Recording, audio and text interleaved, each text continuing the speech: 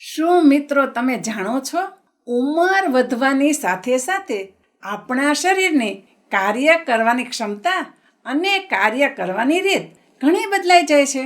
અમુક વસ્તુ જે આપણે યુવાનીમાં ફટાફટ ખાઈ શકતા હતા અને તે જ વસ્તુ 50 વર્ષની ઉંમર પછી જો ખાવામાં આવે તો આપણું આખું શરીર અલગ રીતે કાર્ય કરવા લાગે છે.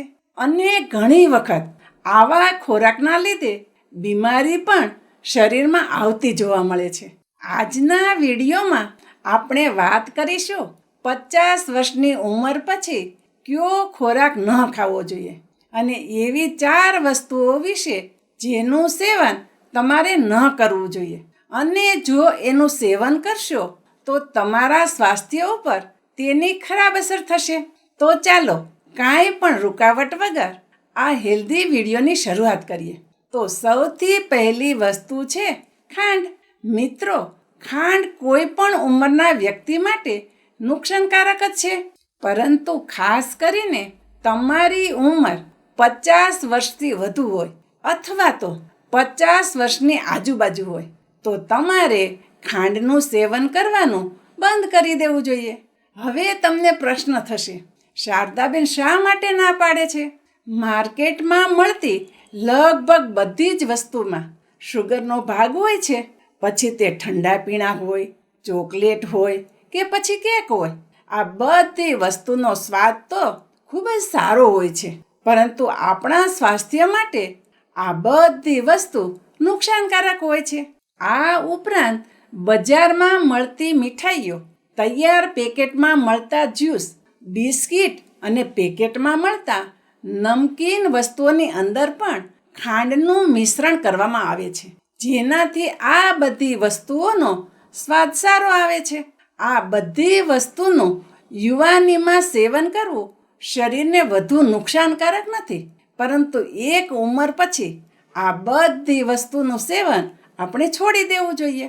50 વર્ષની ઉંમર પછી આપણા શરીરની ચયાપચયની ક્રિયા ધીમી થઈ ગઈ હોય છે, જેના કારણે જો આપણે આ બધી વસ્તુનું સેવન 50 વર્ષની ઉંમર પછી કરીએ તો તે સીધું આપણા શરીરના વજન ઉપર અસર કરે છે અને આપણા શરીરનું વજન ધીમે ધીમે વધવા લાગે છે, અને સાથે જ ડાયાબિટીસ થવાની સંભાવના પણ આ ઉંમરમાં વધુ જોવા મળે છે.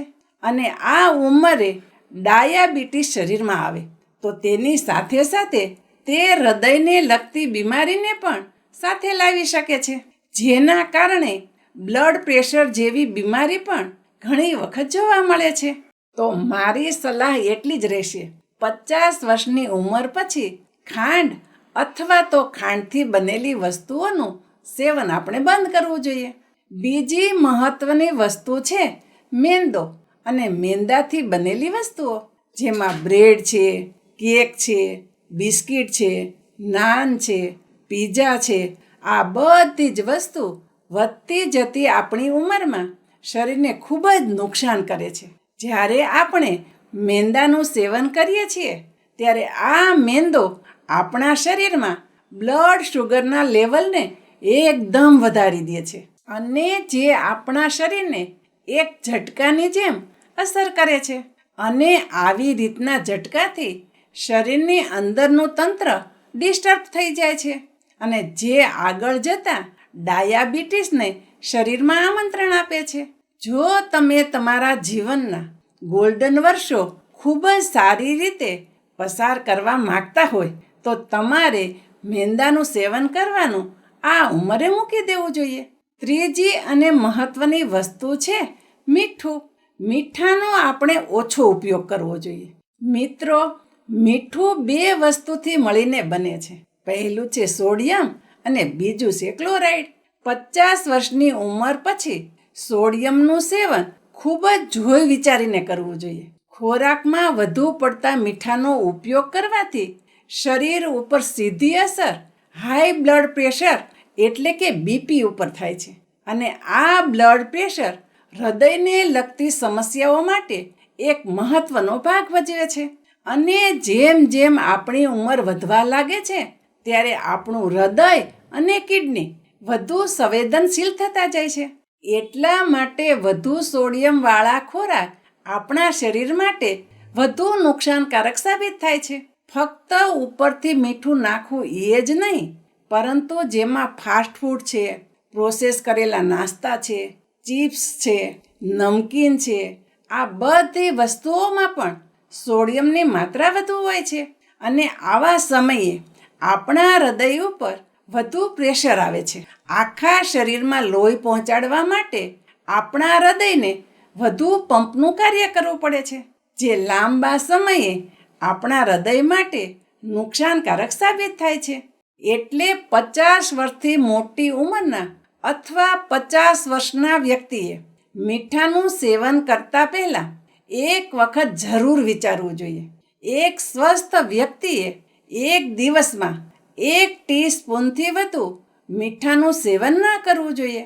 અને જો તમને બ્લડ પ્રેશરની બીમારી હોય અથવા તો તમારા પરિવારમાંથી કોઈને બ્લડ પ્રેશરની બીમારી હોય, ત્યારે તો 1 ચમચી મીઠાનું સેવન પણ ન કરવું જોઈએ.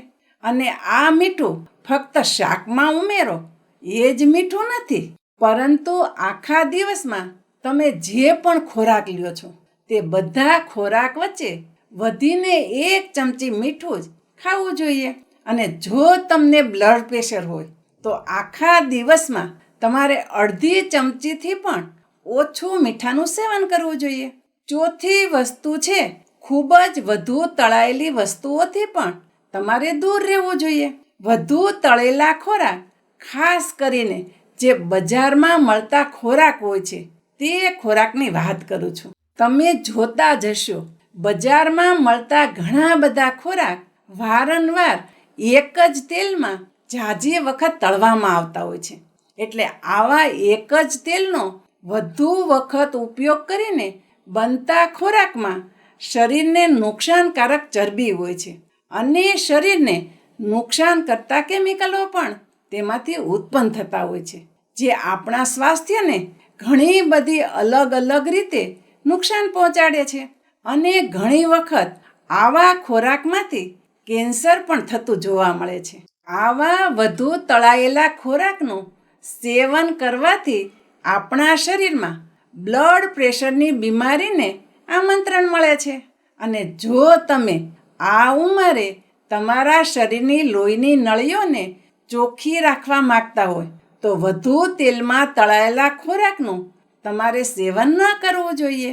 તો મિત્રો, આ હતા તે 4 ખોરાક જેનાથી તમારે 50 વર્ષની ઉંમર પછી જરૂર દૂર રહેવું જોઈએ. મિત્રો, મને આશા છે આજનો આ વિડીયો તમને જરૂર પસંદ આવ્યો હશે અને આ વિડીયોમાંથી તમે કંઈક ને કંઈક નવું શીખ્યા હશો. જો વિડીયો તમને સારો લાગ્યો હોય તો વિડીયોને લાઈક અને ચેનલ ઉપર નવા હોય તો ચેનલને સબસ્ક્રાઈબ પણ કરો અને બધા લોકો સાથે શેર કરો. હું શારદાબેન ગોસ્વામી તમને ફરી મળીશ એક નવા જ વિડીયો સાથે. ત્યાં સુધી મસ્ત રહો, સ્વસ્થ રહો.